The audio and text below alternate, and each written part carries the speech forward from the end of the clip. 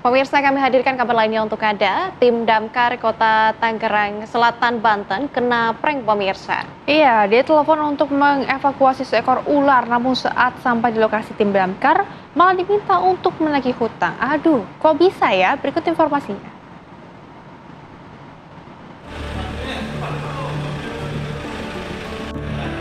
Seperti biasa, tim Damkar selalu responsif dengan semua panggilan darurat yang datang. Kali ini, tim Damkar Tangerang Selatan mendapat laporan adanya seekor ular di rumah warga. Dengan sigap, sekitar 3 personel tim Damkar meluncur ke lokasi yang dilaporkan. Petugas datang membawa peralatan lengkap untuk mengevakuasi ular di rumah warga di kawasan Ciputat Timur, Tangsel.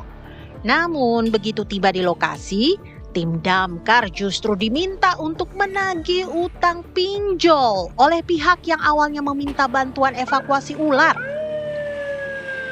Begitu tiba di lokasi, mereka mulai merasa ada yang janggal.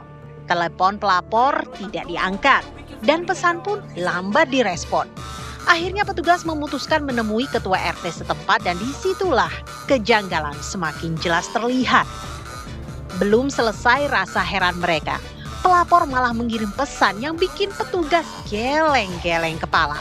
Alih-alih membahas soal ular, si pelapor yang ternyata seorang debt collector meminta petugas menagih utang pinjol kepada seseorang yang berinisial DI.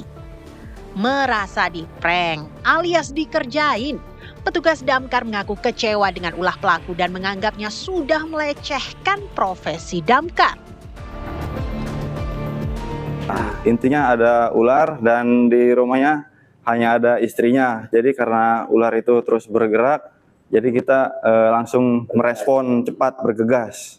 Di situ kita menanyakan atas nama bersangkutan juga keberadaan rumahnya, dan ternyata Pak RT tersebut juga bingung dan tidak ada atas nama bersangkutan. Nah, setelah itu saya coba menghubungi pelapor, namun yang bersangkutan memberikan WA, tolong dibantu menagih hutang pinjol atas nama bersangkutan tersebut. Pasca kejadian, aturan baru pun diberlakukan. Pihak Damkar akan berkoordinasi dengan kepolisian untuk menindak tegas setiap laporan palsu yang dibuat. Tim Damkar memang dikenal selalu siap siaga membantu semua orang. Meskipun permintaan warga yang minta tolong semakin kesini semakin aneh saja. Mulai dari kebakaran, kucing nyangkut di pohon, ular berkeliaran, hingga orang sakit yang minta diantar ke dokter. Tapi kalau minta tolong nagih utang ya sudah keterlaluan juga kan? Dari Tangerang Selatan, Banten, Milhan Wahyudi, TV One mengabarkan.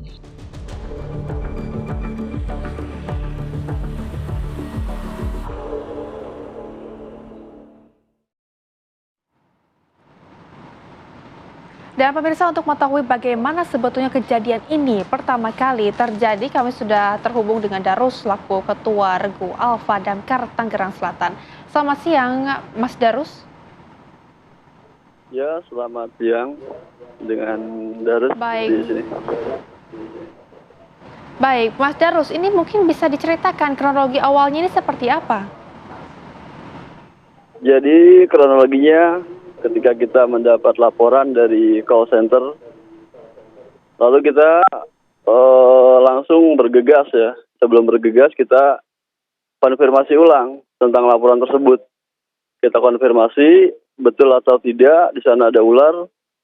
Dengan dalih pemilik rumah dibilang di sana di rumahnya itu hanya ada istri dan anaknya saja.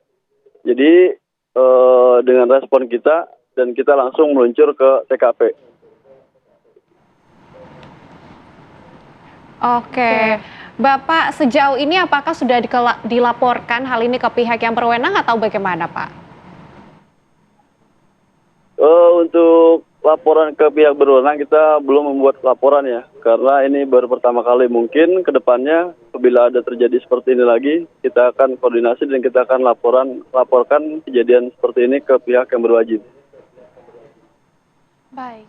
Pak Darus, tapi kami juga penasaran, ini juga mungkin sekaligus untuk informasi kepada masyarakat. Pertama kali merasa kalau kejadian ini di prank, seperti apa pertamanya? Dari laporannya sih sepertinya tidak ada unsur prank ya. Jadi setelah kita nyampe TKP baru ada unsur prank adanya minta tolong penagihan hutang ya. Jadi kedepannya untuk hal seperti ini, untuk arahan pimpinan kita kan adanya SOP ya. Jadi untuk memperketat SOP daripada pelaporan seperti itu. Oke, Bapak saat tiba di lokasi dan pihak dari Damkar ini tahu bahwa ternyata bapak-bapak ini di-prank, gimana kelanjutan penyelesaiannya? Kami berkoordinasi dengan RT setempat, ketua RT setempat ya. Kita konsultasi juga tentang adanya atas nama pelapor tersebut dengan inisial DI. Namun ketua RT juga tidak mengetahui ya adanya nama atas nama inisial DI tersebut. Seperti itu. Oke, Pak, tapi apa sanksi hukum yang seharusnya dikenakan kepada para pelaku ataupun pihak-pihak yang mengeprank seperti kejadian ini, Pak? Untuk pihak-pihak yang mengeprank ya, semuanya untuk warga Tangsel pada khususnya dan umumnya seluruh warga masyarakat ya, untuk mempergunakan nomor kedaruratan dengan bijaksana ya, sesuai dengan ketentuannya. Jadi tidak untuk dipermainkan seperti itu. Iya. Oke, Bapak, tentunya kita juga prihatin ya, semoga hal-hal seperti ini tidak terjadi lagi, karena ini kan sebuah bentuk kedaruratan begitu ya, Pak. Terima kasih banyak ya, Pak Dery, sudah bergabung bersama kami di Apa Kabar Indonesia Siang. Siap.